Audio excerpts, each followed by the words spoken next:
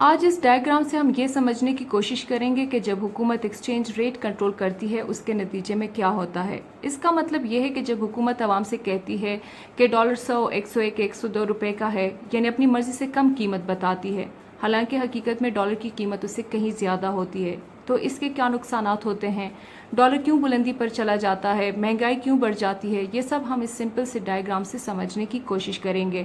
یوں سمجھ لیجئے کہ یہ ڈائیگرام ماہرین اقتصادیات کی بہت ساری باتوں کا ایک نچوڑ ہے۔ مثال کے طور پر یہ پاکستان کی حکومت ہے اور لیٹس سپوز اس کے پاس $1 ہے۔ ڈالر چونکہ اس کی اپنی کرنسی نہیں ہے، لہٰذا اپنے ملک میں کام چلانے کے لیے وہ ایک کاغذ چھاپ دیتی ہے جس کو وہ روپی کا نام دے دیتی ہے۔ اب حکومت ڈالر کا ریٹ کس طرح فکس کرتی ہے، وہ ایسے کہ مثال کے طور پر حکومت یہ روپی کا ایک نوٹ ایک شخص کو دے کر اس سے کہتی ہے کہ اسے اپنا کاروبار کرو، خرید و فروخت کرو، اور جب بھی روپی کو ایکسچینج کرنا ہوگا تو اس کے بدلے $1 ملے گا۔ یعنی حکومت اسے کہہ رہی ہے کہ ایک روپی $1 کے برابر ہے، جو کہ ایک بالکل آئیڈیل سچویشن ہے۔ لیکن پھر حکومت ایک دوسرا کاغذ چھاپ دیتی ہے اور ایک اور شخص کو دے کر اس سے بھی یہی کہا جاتا ہے کہ جب بھی روپی کو ایکسچینج کرنا ہوگا اس کے بدلے $1 ملے گا۔ یعنی حکومت عوام سے کہہ رہی ہے کہ ایک روپی $1 کے برابر ہے، حالانکہ حقیقت کیا ہے؟ حقیقت میں 2 روپیز $1 کے برابر ہیں۔ کیوں؟ کیونکہ حکومت کے پاس $1 ہے اور اس کے مقابلے میں روپیز 2۔ حکومت کی اسی غلط بیانی کی وجہ سے مسائل کہاں پیدا ہو جاتے ہیں؟ جب یہ شخص روپی لے کر حکومت کے پاس $1 ڈیمانڈ کرنے جاتا ہے تو حکومت اس کو تو $1 دے دیتی ہے، لیکن جب دوسرا شخص بھی روپی کے بدلے $1 ڈیمانڈ کرتا ہے تو پھر حکومت کے پاس دوسرا $1 نہیں ہوتا دینے کے لیے۔ پھر کیا آپشن رہ جاتی ہے حکومت کے پاس؟ یا تو وہ عوام سے سچ بولے کہ حکومت کے پاس زیادہ ڈالرز نہیں ہے اور وہ زیادہ نوٹس چھاپتی رہی ہے، اور یا پھر اصولاً شروع میں جب اس کے پاس $1 تھا تو دوسرا نوٹ ہی نہیں چھاپنا چاہیے تھا، یا پھر اگر نوٹ چھاپ ہی دیے تھے تو اسی وقت عوام سے کہہ دیا جاتا کہ اب 2 روپیز $1 کے برابر ہیں، لیکن تب بھی سچ نہیں بولا گیا، اب بھی سچ نہیں بولا جا رہا، لہٰذا پھر حکومت کے پاس یہ 3 آپشنز رہ جاتی ہیں کہ یا تو وہ اپنی برآمدات بڑھائے اور اس کے ذریعے ڈالرز کمائے، یا پھر عوام سے سچ بولے، اور یا پھر قرض لے۔ پہلی والی آپشن پہ کام کرنا آسان نہیں ہوتا کیونکہ اس میں تو ایک عرصہ لگ جاتا ہے۔ یہ تو حکومت ایک پلاننگ کرتی ہے، اس کے تحت ایک ملک کو اس قابل بنایا جاتا ہے کہ وہ اپنی برآمدات بڑھا کر اس پہ ڈالر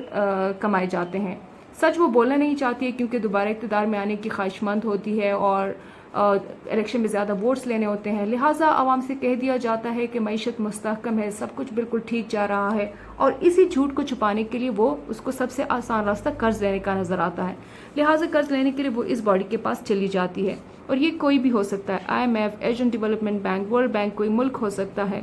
اور قرض دینے والے کی پھر اپنی شرائط ہوتی ہیں جس کے لیے ہم ان کو قصوروار نہیں ٹھہرا سکتے۔ ان شرائط میں ایک شرط یہ بھی ہوتی ہے کہ ڈالر کو اپنی صحیح قیمت پر لے کر آؤ، لہٰذا پچھلی حکومتیں یہی کرتی آئی ہیں کہ شروع میں تو وہ ڈالر کو اپنی صحیح قیمت پر لے آتی تھیں، لیکن کچھ ہی عرصے بعد پھر دوبارہ ڈالر کی اپنی مرضی سے قیمت فکس کر لیتی تھیں۔ لہٰذا جب حکومت قرض لینے کی درخواست کرتی ہے اس باڈی سے تو اس کے پاس دوسرا کوئی راستہ نہیں ہوتا سوائے اس کے کہ وہ شرائط مان لے۔ آگے سے اس کو یہ بھی کہا جاتا ہے کہ تم قرض واپس لوٹاؤ گے کیسے، کیونکہ تمہارے اپنے ملک میں تو حالات جھوٹ پر چل رہے ہیں، ڈالر صحیح قیمت پر نہیں ہے، اس کے بدلے میں تم زیادہ نوٹ چھاپتے رہے ہو، ہر چیز پر سبسڈی رکھی ہے، اپنی حیثیت سے زیادہ تمہارے اخراجات ہیں، بجلی تم مہنگی پیدا کر رہے ہو، عوام پہ سستی بیچ رہے ہو، تو پھر کون سا راستہ ہے تمہارے پاس جس کی وجہ سے تم مجھے میرا قرض لوٹاؤ گے؟ ٹو کٹ اٹ شارٹ، حکومت جو قرض لے لیتی ہے سود سمیت، ایک وقت ایسا آتا ہے کہ اس کو وہ قرض بھی لوٹانا ہوتا ہے، اور وہ ڈالرز چونکہ ختم ہو جاتے ہیں تو اس کو پھر وہ قرض بھی لوٹانا ہوتا ہے، اس کے علاوہ جو اس پہ سود ہوتا ہے وہ بھی اس کو پھر واپس کرنا پڑ جاتا ہے، اور یہ سب کچھ اس لیے ہوتا ہے کہ ایک پلاننگ ہوتی ہے حکومتوں کی، وقت پہ کام نہیں کیا جاتا برآمدات بڑھانے پر، اور عوام کو اندھیرے میں رکھا جاتا ہے اپنی الٹیریور موٹیوز کی خاطر۔ اور موجودہ جو حکومت ہے انہوں نے تو ایکسچینج ریٹ کنٹرول نہیں کیا، اپنی مرضی سے ڈالر کی قیمت فکس نہیں کی ہے، لیکن جب وہ قرض لینے گئے تو ان کے سامنے یہ شرط رکھی گئی کہ ڈالر کو اپنی صحیح قیمت پر لے کر آؤ، جس کی وجہ سے مہنگائی بڑھ گئی۔ امید ہے کہ اس سمپل سے ڈائیگرام سے آپ یہ سمجھ گئے ہوں گے کہ مسئلہ کہاں پر ہے، ڈالر کیوں بلندی پر چلا گیا اور مہنگائی کیوں بڑھ گئی ہے۔